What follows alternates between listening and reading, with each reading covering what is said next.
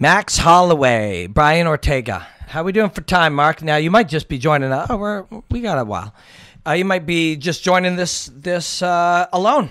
This is part of a larger podcast, but you might just have looked up Max Holloway versus Brian Ortega. Quickly, I want to let you know that we're going to look at it from, some different angles.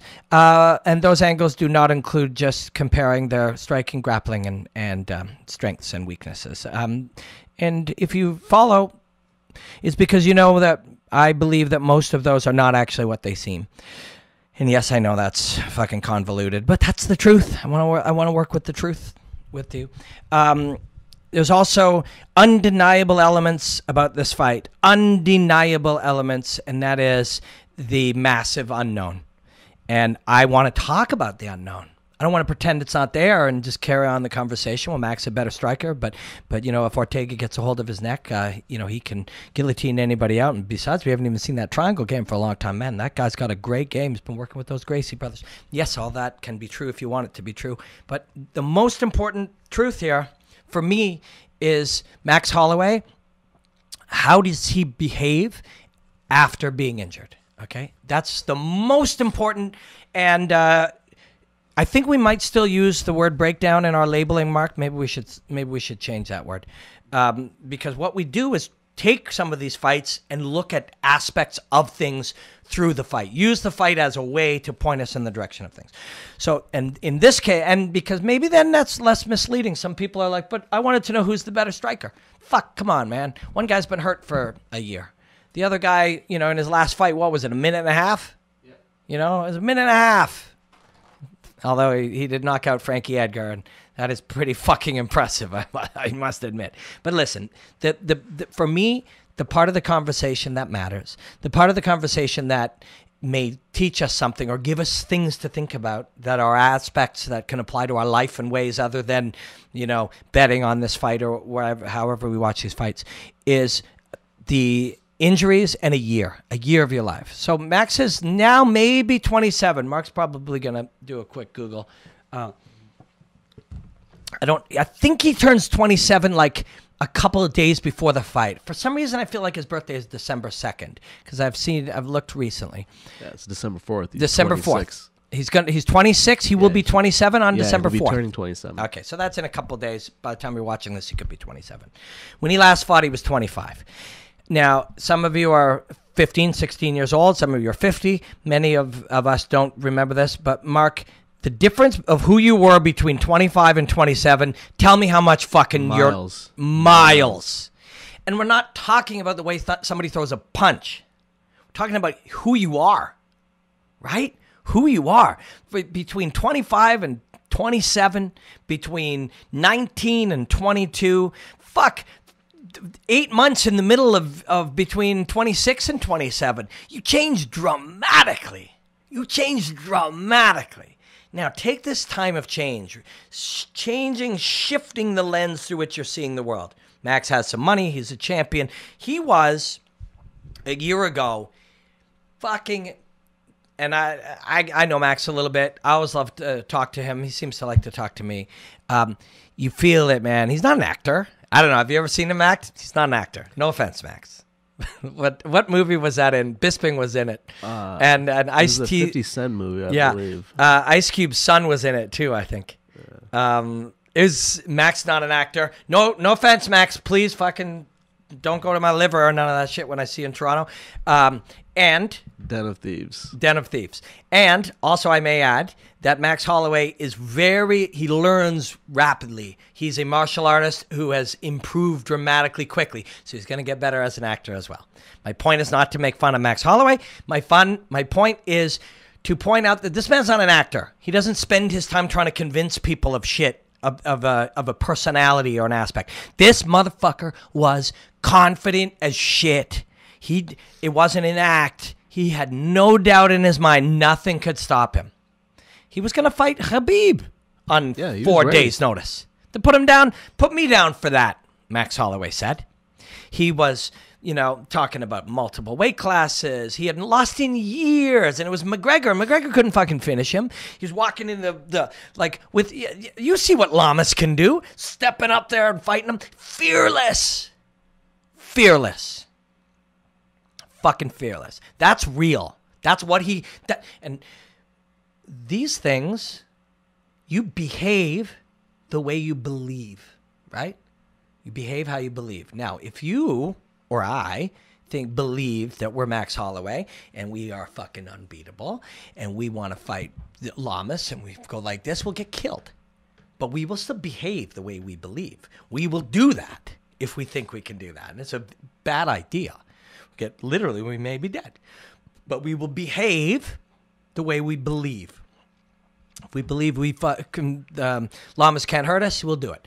The difference is Max also has the skills and attributes and abilities to behave the way he believes, and it worked over and over and over again. But you know what else it did? He's now been out of 3 fights, and he's been injured multiple different ways. Knee, weight cutting, which is general health, concussion-like symptoms. These are, at least potentially, I don't have the details, I don't have the medicals in front of us, but we can at least say that there is the potential that these are the results of behaving this way. The Lamas fight, I don't know. I don't know if any of those were the ones that provided subconcussive trauma that later gave him, the reactions that his brain, showed these side effects. But he's behaving how he believes, and there are consequences. Okay? I don't know. I haven't had a chance to talk to Max. I'll be talking to him this week. I don't know if he believes that. I don't know if he's still fearless. I don't know if he sees it as a blip. I don't know if he feels that he's fearless, but secretly he's not sure. I don't know if he will say it, but really in him, it is not 100%. It's only 80% belief. I don't know. But you got to think he's human. He's also changed dramatically. So a different person in a time of change with a plastic neurology. We all have that. We're all constantly changing. We all have the ability to change. We all learn from the information given to us. This is all fucking everybody. You really imagine. And he's a person. He's not a fucking character in a television show. He's not a WWE character. He's not in a video game. He's Maxwell, a kid. A young man now. That person has been sitting there injured, rehabbing things. Does he have any doubt? Does he has anybody just said to him? Because no matter what you believe, a doctor says to you, you've taken some concussive trauma. This is a danger in this way. This could have these consequences to your life.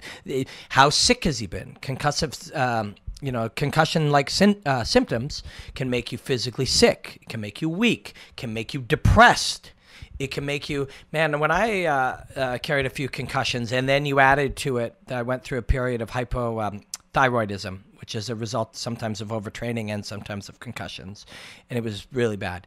I had so much anxiety and fear that sometimes I'd be walking down the street and I'd tighten up as people walked by me because I was ready for something. That's real. That's biochemical reaction to your brain behaving the way it behaves because it took trauma. That trauma affects your hormones, thyroid, all those things. So I'm sure Max has seen the best doctors. I'm sure he's in great health if he's going to be fighting. But being exposed to these things, and instead of being a young, athletic, powerful guy who's proving over and over to himself, and that confidence comes from, some of us can be just crazy and have it, and then Lamas will kill us. For him, it comes from work. Confidence is a result, a consequence of hard work and improvement and truth. Sparring and beating people up, and it's like, this is real. I can be confident. Instead of doing that, he's laying in a bed somewhere. If he's got concussive symptoms, sometimes they have to be in pitch dark. Sometimes there has to be no sound. Sometimes you're not watching TV or playing video games for weeks or months. Sometimes you're alone in the dark, not training, not moving your body. Your metabolism is slow. Now, this isn't all necessarily the case, but this is the real shit. So when people are saying, hey, Max Holloway versus Brian Ortega, who's got the better striking? Get that shit out of here. How the fuck can you have that conversation if you don't know if a guy's been sitting in a dark room with sound coming into his head and a cold thing on his head as he's sitting there, for 10, 11 months of his life, changing, rehabbing his leg? You don't fucking know. Have you ever been through it? Do you know anyone who's been through it? You cannot compare who's the better striker, for fuck's sake. This is what matters. This is what matters, right? you get that? I mean, think about it. And this, how will you behave? How will he behave? Because he behaved the way you believe. And we saw how he behaved. He behaved the way he believed. And what does he believe now? Who the fuck knows? But if you go on they sit you down at a desk somewhere and say, all right, guys, in our main event on tonight in Toronto, we've got Max Holloway versus Brian Ortega. Guys, who's the better striker? Fuck off. These are people. These aren't attributes. These aren't scores. This isn't Dungeons and Dragons. These are people. So who the fuck knows? But this is what matters. This is always what matters. They don't all have concussions, but they all have lives. They all have fears and anxieties, and they have to go out and perform. And so just for a moment, because this is the big story, and this is the big unknown, and listen, very quickly, betting is not my thing, as you may know, but the odds will be very, very in the favor of Brian Ortega. And if you think that Max is one of these rare guys who not only has done the right things, but studied and got himself strong and has self-belief and improved and did everything correctly, well, you might just be finding yourself with a stacked odds against a guy that is capable of fucking going out there and winning. Because we all have very short-term memories. So chat about that. I'm going to wrap this up. And did I break this fight down? No. But did we discuss something that I think matters and something that I think has to be a part of any thought process about a fight and something that's important to real life if you care about those things? Yeah, I think so. But quickly, I'll talk about Brian Ortega. And I'm a Brian Ortega fan, and I love watching the guy fight, and nobody's ever beat him. And he's a spectacular fighter. But if Max is capable of doing the things that he does best, and he does overcome all of these issues, his way to try to beat this guy who's super dangerous, who, if he gets your neck, yes, you will be fucked. If he gets on Max's back, of course Max is in trouble. If Max is in his guard, he's in fucking trouble, right? The way to do it is be moving your feet and striking. Cub pieced this guy up. What our brains will often remember is he laid out Frankie and he submitted Cub. But go watch the other fucking, 8 minutes of Cub. At the end of round one, he jumped a guillotine, almost got him. Or was it a guillotine? Or maybe it was something else. Almost got him at the end of round one. And then I think it was a Darce. Yeah. He entered into a Darce from standing. And then jumped to guillotine, both from standing. But Cub fucking pieced him up from out there. And to be honest with you, he didn't quite understand what Cub was doing in round one. At least it didn't behave like he did. He may have. Now, that isn't a knock because he took it all and then beat him anyways. If anything, that makes him better. When guys go in and destroy people, that doesn't make them the best fighter. When they go in and have bad moments and win, that's when I'm always a fucking believer. But having said that, it's not like this guy's the best striker. He knocked out Frankie and he's the best grappler. He submitted this guy, therefore he can't be beaten. Fighting doesn't happen in theory. He has to be able to deal with what Max does, which is very confusing. The way Max moves his feet. Max actually will have a shorter reach, almost always does, and he makes up for it by moving his feet and his chin and positioning himself in weird ways that are hard to understand. Very smart, very brilliant fighter. So that's possible. But who is he? What's he done? How's his brain working? And I don't just mean like, neurologically for the purposes of health. I mean, how's his thought process? That all matters. And Ortega, you want to hit that guy right away. The advantages for a guy like Ortega is you can move forward really well because, shit, you're not afraid to be taken down. Not afraid to be grappled. You love that shit. So that is one of the reasons that he's so dangerous and why he was dangerous to Frankie and why he's somebody you better not fuck with is because he can move forward. And he's really big and really physically strong. So he's moving forward. As long as he's not getting hit clean as he moves forward, he can pressure, make you back up while you're striking. You're worried about getting away to not be grappled, and he's hitting you. It's a cool fight. But who's the better striker? Who's the better grappler? Who's got the better cage control? Get the fuck out of here with that stuff. Max Holloway, who is he? What's going on? Who has he become? How's it all there? Who was he before? Can he be that? Or something better. That's what matters. That's what always matters. Just because everybody has tilted the camera and when you tip to it, you say these certain things, You know, people still have conversations about buy rates and pay-per-view things. And yeah, we can be curious about that. But when you're having a chat about who deserves, you know, a fight, which is also an old conversation, who deserves the next title shot, somebody will say, well, this guy sells a lot of pay-per-views. Who the fuck cares?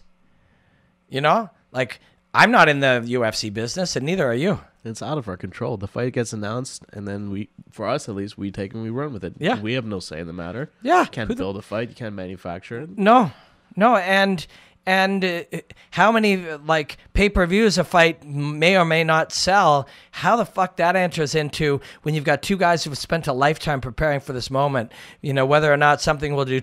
230 individuals will use their visa that night, or 235,000. Such a weird thing. But these are all conversations that were created, and we're just following along with them. We don't have to. We can talk about the real shit. Like, what's Max Holloway doing? And who is he? And how is he? And I hope he's doing good. Win or lose, you know, if Brian Ortega beats Max, but Max is Max, that's best for everybody. And if Max comes back and beats this unbeatable guy, seemingly unbeatable, big, strong, powerful, dangerous jiu-jitsu whiz who laid out Frankie Edgar, Max can beat him. After overcoming this, well, he's going to be one of the fucking true greats. Because not just, oh, cool, he's back, he did this, but think about what he went through. Think about what it was. Like, imagine being in a fucking bed in a dark room with concussion symptoms. You're not playing video games. You're not watching Netflix. You're trying to just stay there and be confident enough to think back to when you were dominant and become that again. If he can do that, that's my guy, and it's going to be one of the greats ever. And if he isn't that, and Ortega beats him, Ortega's in a position to be pioneering new shit too. And fuck, I like it. It's going to be fun. It's going to be a good fight.